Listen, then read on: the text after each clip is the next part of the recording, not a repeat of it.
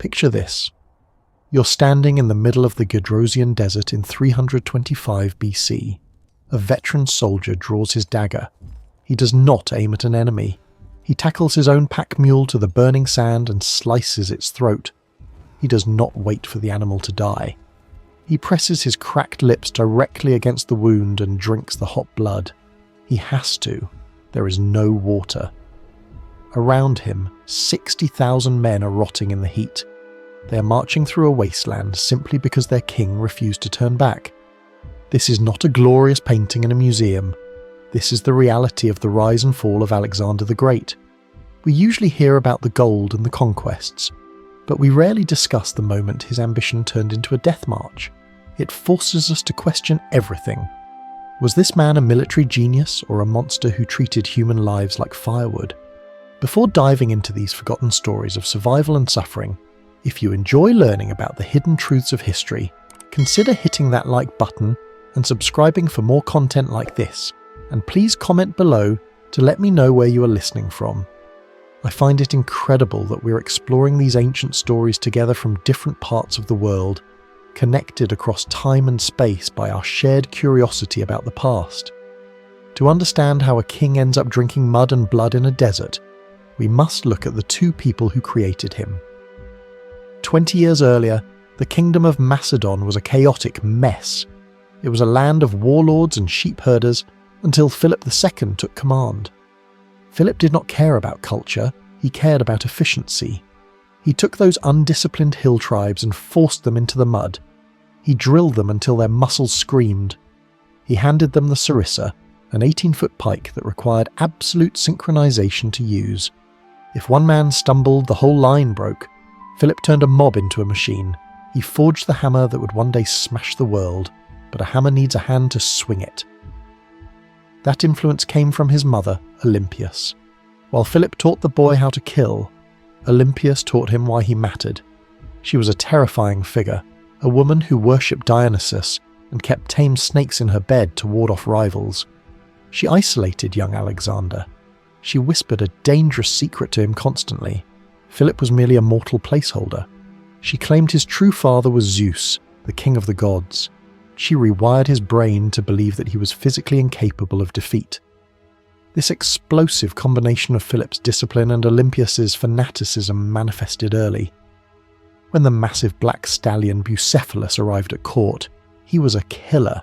He reared and kicked, threatening to trample anyone who approached. Philip ordered the beast taken away. Alexander intervened. He did not use force. He observed. He saw the horse was terrified of its own shadow dancing on the ground. Alexander grabbed the bridle and turned the animal's face directly into the sun. The shadow vanished behind them. The horse froze. Alexander vaulted onto its back and galloped away. He solved a violent problem with a moment of pure insight. Philip wept when his son returned, famously saying, "Macedon is too small for you." He was right. The boy had the skills of a general and the ego of a god. He was ready to burn the world down just to see his name in the ashes. The transition of power began with a murder in broad daylight. In the summer of 336 BC, Philip II hosted a massive wedding celebration at Aegae. He wanted to show the world he was untouchable. He walked into the theatre dressed in all white, waving away his bodyguards to demonstrate his confidence. It was a fatal error. A disgruntled bodyguard named Pausanias rushed from the crowd. He drove a Celtic dagger between the king's ribs, twisting the blade to ensure the job was done. Philip collapsed. The man who built the Macedonian war machine died in the dirt before he could conquer a single foot of Asian soil. Chaos erupted in the theatre, but 20-year-old Alexander remained distinctively calm. While others screamed, he acted. His friends chased down and killed the assassin immediately, burying the truth of the plot forever. Alexander stepped over his father's warm corpse and seized the crown. But in Macedon, a crown is just a target. The vultures began to circle. Generals whispered that the boy was too young. Rebellious tribes to the north sharpened their axes.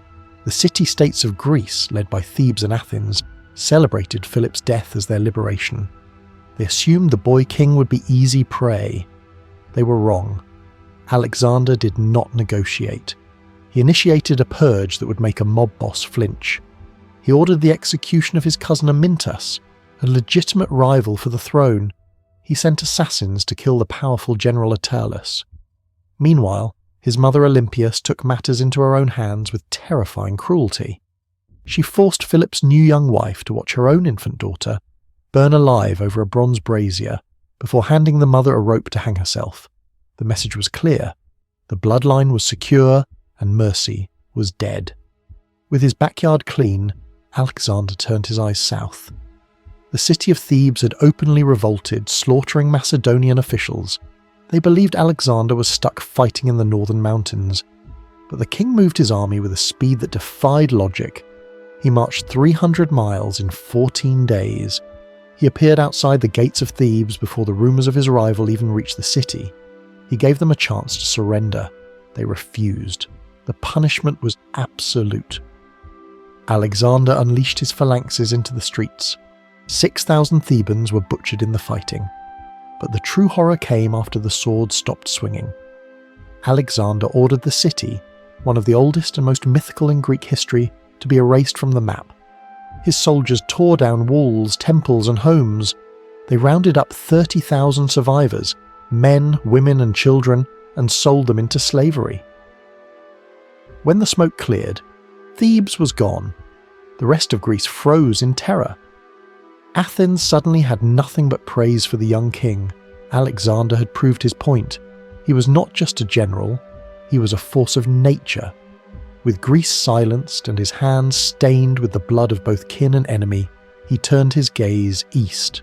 The Persian Empire was waiting. In the spring of 334 BC, the invasion began. Alexander did not just cross the border, he staged a piece of theatre for the gods. As his ship approached the coast of Asia Minor, known today as Turkey, he stood at the prow in full armour. Before the hull even scraped the sand, he hurled a spear towards the shore. It buried itself deep into the earth. Alexander leaped onto the beach and pulled the weapon from the ground, declaring that all of Asia was his, won by the spear. It was a legal claim, a religious ritual and a threat, all wrapped in one gesture. He had brought 40,000 men to topple the Persian Empire, a superpower that stretched from the Balkans to the borders of India. On paper, it was a suicide mission. The Persians had infinite gold, a massive navy, and millions of subjects. Alexander had debt, no fleet, and provisions for only 30 days. He had to win immediately, or he would starve. The first test came at the Granicus River. The local Persian governors, known as satraps, had gathered their forces on the opposite bank. They were smart. They positioned their cavalry along the steep river mud, waiting for the Macedonians to struggle through the water. Alexander's second-in-command, the old general Parmenion, advised caution. He begged the king to wait for dawn to find a better crossing. Alexander looked at the old man and said, "I would be ashamed if a little trickle of water like this stopped us." He ordered the attack immediately. This was not a strategic masterclass, it was a brawl. Alexander led the charge personally, wearing a helmet adorned with massive white plumes that made him a beacon for every enemy archer. He drove his horse into the swirling current, smashing into the Persian line. The fighting was confused and claustrophobic. Men slipped in the mud, horses trampled the fallen, and the water turned opaque with silt and blood. In the centre of the chaos, Alexander was targeted. A Persian commander named Mithridates spotted the white plumes. He charged, swinging a scimitar. The blade crashed down on Alexander's helmet, slicing through the metal and grazing the king's scalp. Alexander was dazed, his vision blurred. Mithridates raised his arm for the killing blow. This was the end of the story. The history of the world hung on the speed of a falling sword. But the blow never landed. At the last split second, a Macedonian officer named Cleitus the Black, the brother of Alexander's nurse, lunged forward. He did not try to block the sword. He swung his blade at the Persian's shoulder, severing the arm completely. The limb, still clutching the scimitar, fell into the mud. Cleitus screamed at the king to recover. Alexander shook off the concussion and drove his spear into Mithridates' face. The Persians broke. They had never seen a king fight like a demonic frontline soldier. They fled, leaving the road to Asia Minor wide open. But that night, As the Macedonians celebrated, the mood in the royal tent was complicated. Alexander was alive, but he had learned a terrifying lesson. He was mortal, and more importantly, he owed his life to Cleitus. It was a debt of blood that would eventually be repaid in the most tragic way imaginable. By the winter of 333 BC, Alexander reached the city of Gordian. Here, inside an ancient temple, sat an old ox cart tied to a post. It was not the cart that mattered, it was the knot securing it. Made of cornel bark, the fibres were twisted and hidden in such a complex way that no one could find the ends. A local prophecy claimed that whoever untied this knot would become the Lord of Asia. For centuries men had tried. They used their fingers, their teeth, and their patience. They all failed. Alexander walked into the temple surrounded by a crowd of Macedonians and locals. He examined the knot. He pulled at it. He pushed it. Nothing moved. The air in the room grew heavy. A failure here would be a bad omen, a signal that the gods were closing the door. Alexander stepped back. He stared at the tangled bark, his face darkening with frustration. Then he drew his Xephos, his short sword. With a single violent stroke, he slashed through the knot, severing the fibres. The crowd gasped. He had not solved the puzzle, he had destroyed it. He turned to his generals and declared the prophecy fulfilled. This moment defined his character perfectly. Alexander did not play by the rules of the world. He forced the world to bend to his will. But cutting a knot is easy. Cutting through the heart of the Persian Empire is different. Alexander moved south into Syria. There, the Persian king Darius III had finally finished mobilizing his main army. Darius brought a force so massive that the ground reportedly shook when they marched. Ancient sources claim he had 600,000 men. Even if we cut that number in half, he outnumbered Alexander 5-1. Darius was confident. He even brought his mother, his wife, and his children along to watch the inevitable victory. The two armies collided at Issus, but Darius had made a fatal geographic mistake. He followed Alexander into a narrow coastal plain, sandwiched between the mountains and the sea. In this confined space, his massive numbers meant nothing. His cavalry could not flank, his infantry could not maneuver. He had walked into a trap. Alexander realized the blunder immediately. He placed his phalanx in the center to hold the line, then took his elite cavalry, the companions, to the far right. He did not look at the enemy soldiers. He looked for the tall royal chariot in the center. He saw Darius. The charge at Issus was a spear point aimed at the heart of the king. Alexander smashed through the Persian left wing and wheeled inward, cutting a bloody path directly toward the royal guard. The fighting was savage. Alexander took a sword wound to the thigh, but he kept pushing. Suddenly, the two kings locked eyes across the battlefield. The distance was closing. Alexander was coming for his head. Darius panicked.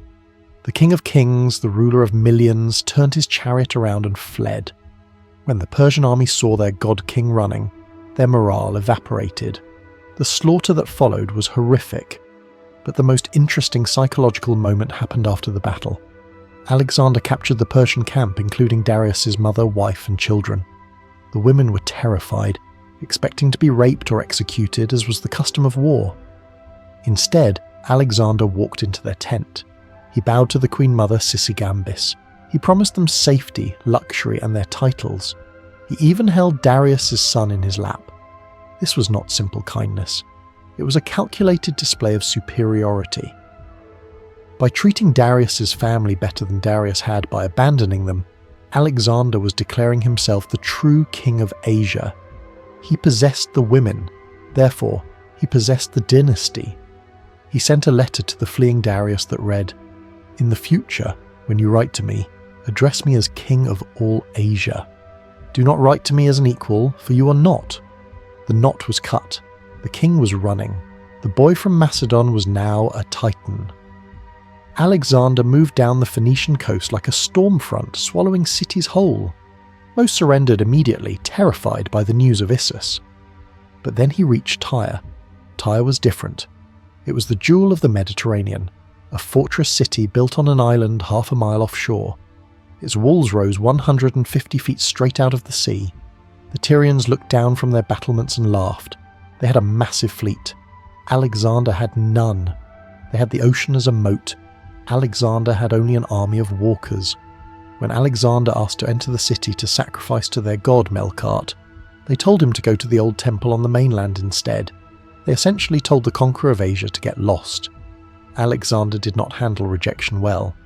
He stared across the dark water and made a decision that sounded clinically insane. If he could not walk to the island, he would bring the mainland to the island. He ordered his men to build a bridge, a massive causeway of stone and timber, straight through the sea. It was an engineering nightmare. The water was deep, the current was strong, and the seafloor was soft mud. For 7 months, thousands of men hauled rocks and cedar trees, dumping them into the waves, inching closer to the walls. The Siege of Tyre became a horror show of ancient warfare. As the causeway got close, the Tyrians unleashed their ingenuity. They sent divers to cut the anchor cables of the Macedonian workboats. They drove a fireship loaded with pitch and sulphur into Alexander's siege towers, burning the wooden giants to ash. But their cruelest weapon was sand. The Tyrians heated fine sand in bronze shields until it was red hot, then dumped it on the attackers below. The sand slipped through the gaps in the Macedonian armour, burning through skin and muscle. Soldiers threw themselves into the sea, thrashing in agony as they cooked inside their own breastplates. Alexander responded with cold fury. He gathered a fleet from his new allies, blockading the island.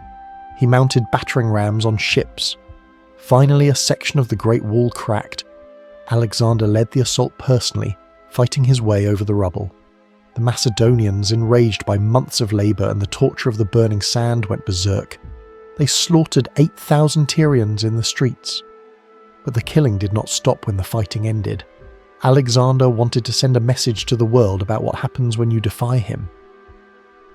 He rounded up 2,000 survivors, men of military age, and dragged them to the long stretch of beach facing the mainland. He ordered them all crucified. As the sun set, the coastline was lined with 2,000 dying men, writhing on crosses, a forest of agony stretching for miles. With Tyre broken and the coast secured, Alexander marched into Egypt. The Egyptians did not fight. They welcomed him as a liberator from Persian rule. But Alexander was not looking for a crown here. He was looking for a father. He trekked hundreds of miles into the Libyan desert to the oasis of Siwa, home to the oracle of Zeus Ammon. What happened inside the temple remains a mystery, but the outcome shook the world. The high priest greeted Alexander not as a king, but as son of Zeus. Some historians argue the priest merely stumbled over his Greek grammar, meaning to say my son, but Alexander heard what he wanted to hear. He walked out of that desert changed. He no longer just believed Olympias' stories, he had divine confirmation. He was not just a general anymore. In his own mind, he was a god in human skin. And a god does not negotiate. A god takes what is his. The final act of the Persian War took place on a dusty plain in modern-day Iraq near a place called Gaugamela. It was October 1st, 331 BC. Darius III had learned from his mistakes at Issus. He did not choose a narrow field this time. He chose a vast, flat ocean of sand, specifically cleared of rocks and bushes to allow his secret weapons, 200 scythed chariots, to operate perfectly. These were not just transport vehicles, they were lawnmowers for human flesh, with razor-sharp blades attached to their wheels, designed to sever legs at the shin. Darius had assembled an army that represented the full diversity of his dying empire. Bactrian cavalry from Afghanistan, Scythian horse archers from the steppes, and even war elephants from India. Ancient sources inflate the numbers to 1 million, but modern estimates sit around 100,000. Against them, Alexander stood with 47,000 men. The night before the battle, the Macedonian generals were terrified. The Persian campfires stretched across the horizon like a second galaxy of stars. Parmenion, the voice of reason, crept into Alexander's tent. He begged the king to attack at night, to use the darkness to neutralize the Persian numbers. Alexander, who was sleeping soundly, opened one eye and delivered one of history's most arrogant lines. "I will not steal my victory. He wanted the world to see him break Darius in broad daylight. When the sun rose, the Battle of Gaugamela began with a tactical anomaly. Alexander did not march straight forward. He began to move his entire army diagonally to the right, edging toward the rough, uncleared ground at the perimeter of the battlefield. Darius watched with confusion. If Alexander moved too far right, he would leave the Persian chariots useless on the rocky terrain.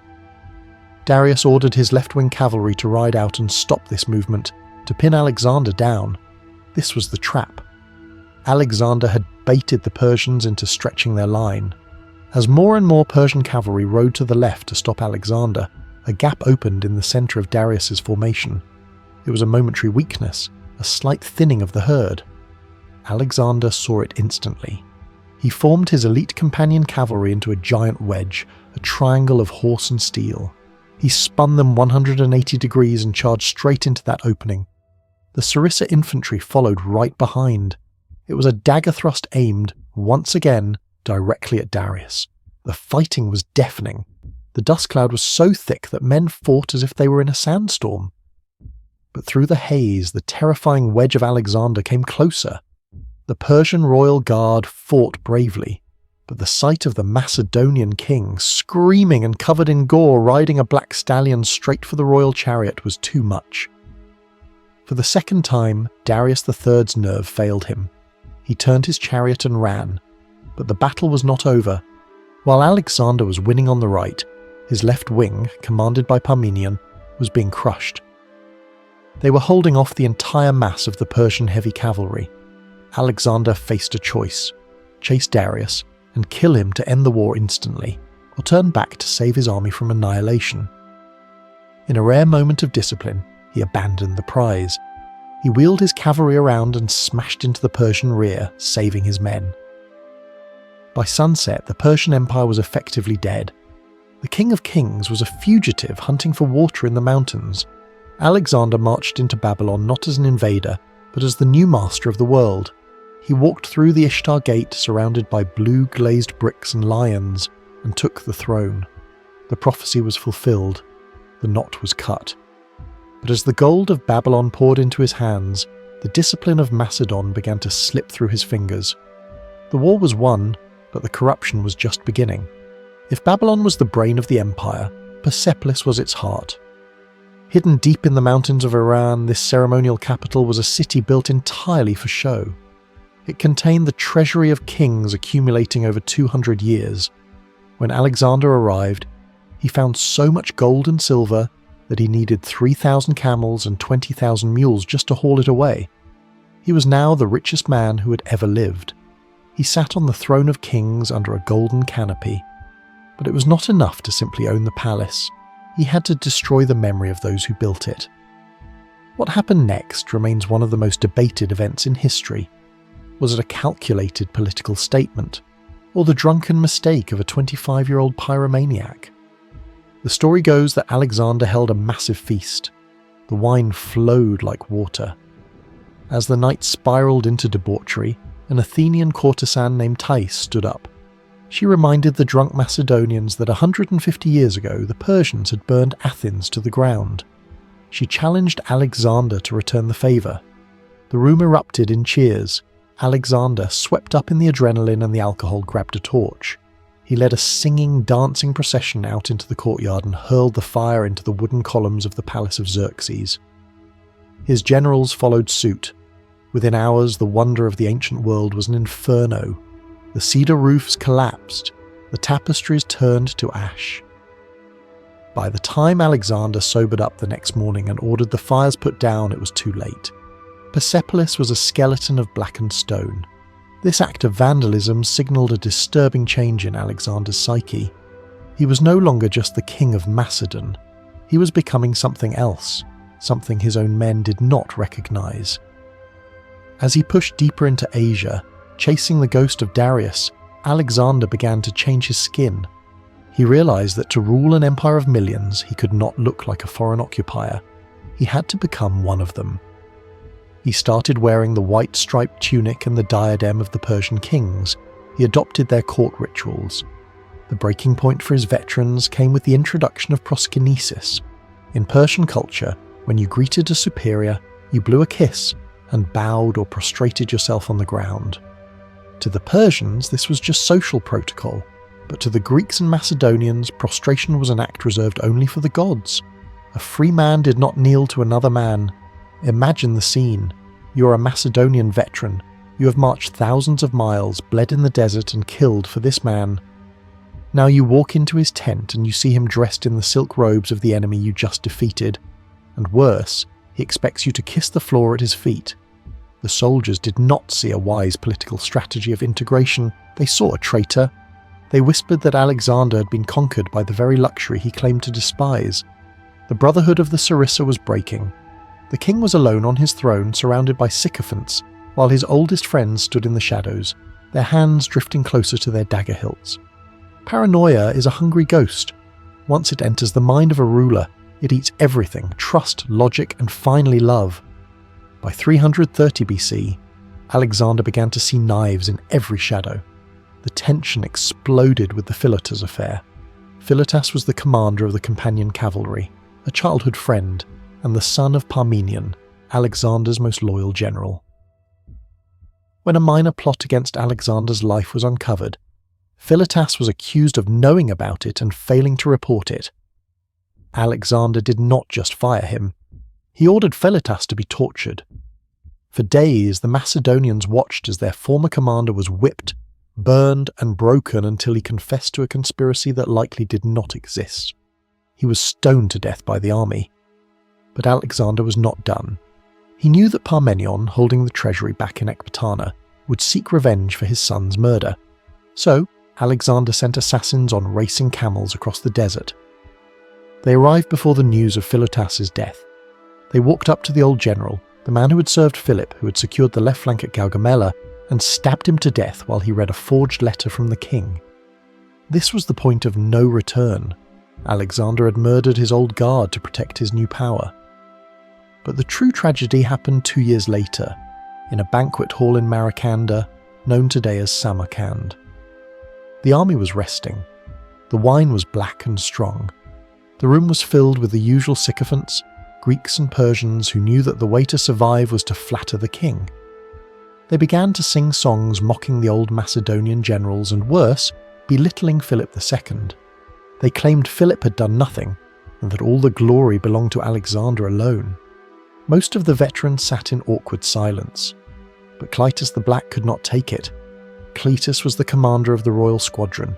He was the brother of Alexander's nurse, and most importantly, he was the man who had severed the arm of the Persian noble at the Battle of Granicus, saving Alexander's life. Cleitus, drunk and angry, stood up. He shouted that Philip was a greater man than Alexander. He yelled that Alexander was illegitimate, a man who disowned his own father to play dress-up with Persians. The room went dead silent. Alexander threw an apple at him. He looked for his sword, but a bodyguard had wisely hidden it. Alexander began to scream in the old Macedonian dialect, a signal that he was losing control. His friends tried to drag Cleitus out of the room, but the old soldier broke free. He returned to the doorway, pulled back the curtain, and shouted a line from a tragedy. Alas, what evil customs reign in Greece! He looked Alexander in the eye and raised his right hand. This hand, Alexander, this is the hand that saved you at the Granicus. That was the trigger. The reminder of his mortality shattered Alexander's ego. He snatched a spear from a guard. He did not hesitate. He drove the spear point blank through Cleitus's chest. The old soldier fell back, gargling blood, and died instantly. The silence that followed was heavier than any battlefield. Alexander stood over the body of the man who had loved him, the man whose sister had nursed him. The adrenaline faded, replaced by a crushing wave of horror. He pulled the spear from the corpse and tried to turn it on himself, attempting suicide right there in the hall. His guards had to wrestle the weapon away. Alexander locked himself in his tent for 3 days. He refused to eat or drink. He screamed Cleitus's name until his voice gave out. This was not just grief. It was the realization that he had become the monster he was fighting. He had killed his past. He was now truly alone at the top of the world, a god who destroyed everything he touched. In 326 BC, Alexander pushed his exhausted army into the Punjab region of modern-day Pakistan. This was the edge of the known map. The Greeks called it India, a land of magic, monsters, and incessant rain. They were greeted by the monsoon. For 70 days the sky opened up, armour rusted, leather rotted, and the men's feet turned into pulpy fungal messes. But Alexander would not stop. He was obsessed with reaching the ocean of the world at the eastern end of the earth. Blocking his path at the Hydaspes River was King Porus. Porus was a giant of a man, reportedly standing 7 feet tall, and he commanded a nightmare weapon the Macedonians had never truly faced in mass numbers before: war elephants. The Battle of the Hydaspes was the bloodiest day in Alexander's career. It was not a tactical ballet like Gaugamela, it was a slaughter in the mud. The elephants were terrifying. They trampled men into paste. They grabbed soldiers with their trunks and hurled them through the air or impaled them on iron-tipped tusks. The Macedonian infantry, usually so disciplined, had to hack at the beast's legs with axes, bathing in showers of blood while the wounded animals shrieked like banshees. Alexander eventually won, capturing Porus, but the victory broke his army's spirit. They reached the Hephaestion River. Alexander pointed east toward the Ganges, where rumours spoke of empires even larger, with thousands more war elephants. For the first time, the machine stopped. The veterans threw down their spears. They wept. They showed Alexander their grey hair and their scars. They told him simply, "We are done." Alexander threw a tantrum. He sulked in his tent like a child. But the silence of the army was deafening. The god king had been overruled by tired men. He was forced to turn back.